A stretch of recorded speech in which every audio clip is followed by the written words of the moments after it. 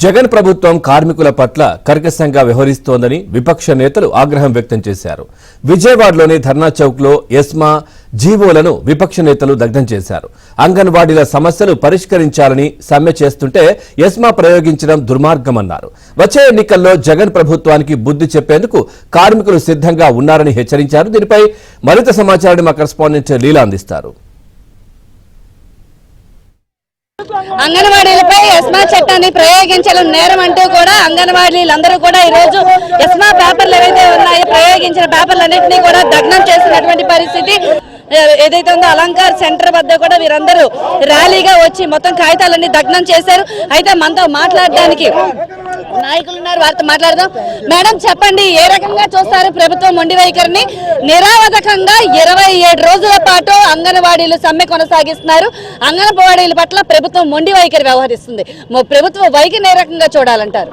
దుర్మార్గమైనటువంటి చర్యగా అందరం భావిస్తా ఉన్నాం. అందుకే ఈ రోజున జీవో నెంబర్ 2 ప్రతుల్ని దగ్నం చేయడం జరిగింది. ప్రభుత్వాన్ని హెచ్చరిస్తా ఉన్నాం.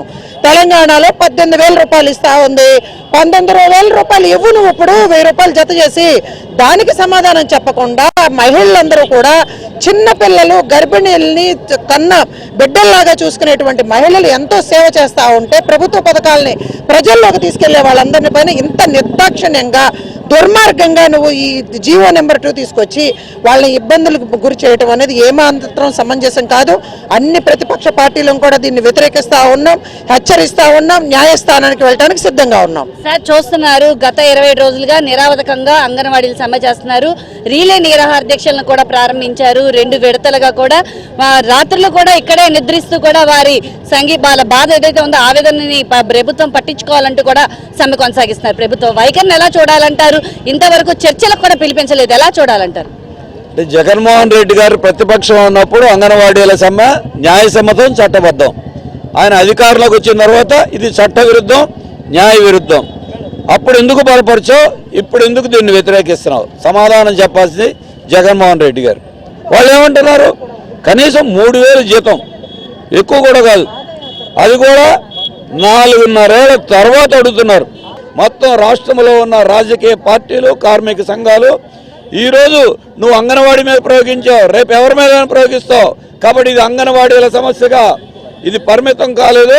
మొత్తం రాష్ట్రంలో ఉన్న కార్మికులు, మొత్తం ప్రజానికం యొక్క సమస్యగా ఈరోజు రాజకీయ పార్టీలు ఐక్యోద్యమం చేయడానికి రెడీగా ఉన్నాం. ఎస్మాని అసలు ఎవరికి దానికి వర్తింపజేస్తుంది? అసలు ఎస్మాని అంగన్వాడీల మీదకి ఎందుకు ప్రయోగించారు? అసలు ప్రభుత్వము ఆడలేక మధ్యలో ఓడు అంటుంది. ఎస్మాను ప్రయోగించాల్సింది ఎసెన్షియల్ సర్వీస్ మెయింటెనెన్స్ యాక్ట్ అనేది. అది అత్యవసర సర్వీసులు, అవేంటి విద్యుత్తు, పాలు, ఆసుపత్రులు, అటువంటి వాటిని అత్యవసర సర్వీసులు అంటారు. అంగన్వాడీ అత్యవసర సర్వీస్ కాదు. ప్రభుత్వం ఇప్పుడు దాని కింద చేరుస్తానంటుంది. ఎందుకంటుందంటే సమస్యను పరిష్కారం చేయడం చేతకాక ప్రభుత్వము ఈ డొంక తిరుగుడు విధానాన్ని ఎంచుకుంది. ఇది పూర్తిగా చట్ట వ్యతిరేకము, రాజ్యాంగ వ్యతిరేకము. దీన్ని మేము పూర్తిగా ఖండిస్తున్నాము. నిరావధకంగా 20 రోజుల పాటు చేసిన వాళ్ళ మీద ఎస్మాన్ ప్రయోగించడం ఎంతవరకు సమంజసం అంటారు?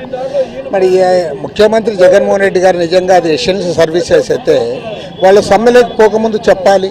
నువ్వు సమ్మెలోకి పోకముందు ఏం మాట్లాడలే.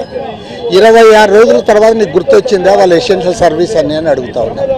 కాబట్టి ఏమంటే ఒక చేతగాని దద్దమ్మ ఈ రాష్ట్రానికి ముఖ్యమంత్రిగా ఉండడం వల్ల ఇవాళ ఈ సమస్యలన్నీ వస్తూ ఉన్నాయి. ఏదేమైనా సరే ప్రభుత్వాన్ని హెచ్చరిస్తూ ఉన్నాం. ఇప్పటికే చాలా ఆలస్యం చేశావు. పైగా గతంలో ఎట్లయితే జీవో నెంబర్ 1 తెచ్చి అభాస్పాలయ్యావో, అప్రతిష్టకు గురి అయ్యావో, మరోమారి వాళ్ళ జీవో నెంబర్ 2 తెచ్చి కూడా ఈ ప్రభుత్వం అప్రతిష్టకు గురవుతూ ఉంది. ప్రభుత్వం ఇప్పటికైనా దిగివచ్చి సమస్యల పరిష్కారం చేయాలి. లేదంటే మొత్తం అన్ని రాజకీయ పార్టీలు, ప్రతిపక్ష పార్టీలు, ట్రేడ్ యూనియన్లు, ప్రజా సంఘాలను కలుపుకొని అవసరమైతే రాష్ట్ర బంద్కు కూడా మేము ముందుకు పోతాం. ఖచ్చితంగా ఈ ప్రభుత్వం మెడలు వంచుతాం, నిలదీస్తాం, నిగ్గదీస్తాం. వారికి న్యాయం జరిగేంత వరకు కూడా వారికి అండగా నిలబడతాం. ఎవరైతే ఉన్నారో ఉద్యమ నేతలు, కార్మికులు, కార్మిక సంఘాలు ఒకటే చెప్తున్నాయి, మూకుమ్మడిగా ఖచ్చితంగా సమ్మెను విరమించేది లేదు. ఈ నల్ల చట్టం మాకు ఇలాంటివి ఏమీ కూడా మాకేమీ అడ్డురావు. ఏదైతే ఉందో ఎస్మాని అంగన్వాడీల మీద ప్రయోగించడం అనేది దుర్మార్గకర చర్య. జీవో నెంబర్ 1ని తీసుకొచ్చి అబాస్పాలైనటువంటి జగన్మోహన్ రెడ్డి జీవో 2ని కూడా ఎవరైతే ఉన్న అంగన్వాడీల మీద తీసుకొచ్చి ఇప్పుడు అబాస్పాలు అవ్వడం ఖాయం అని చెప్తున్నారు. ఇటు రాజకీయ పార్టీలు, ప్రజా సంఘాలు, కార్మిక సంఘాలు, ఉద్యమ నేతలు అందరూ కూడా చెప్తున్నారు. కెమెరా పర్సన్ రామ్ ప్రసాద్ తో లీలా, ఏబీ ఆంధ్రజ్యోతి.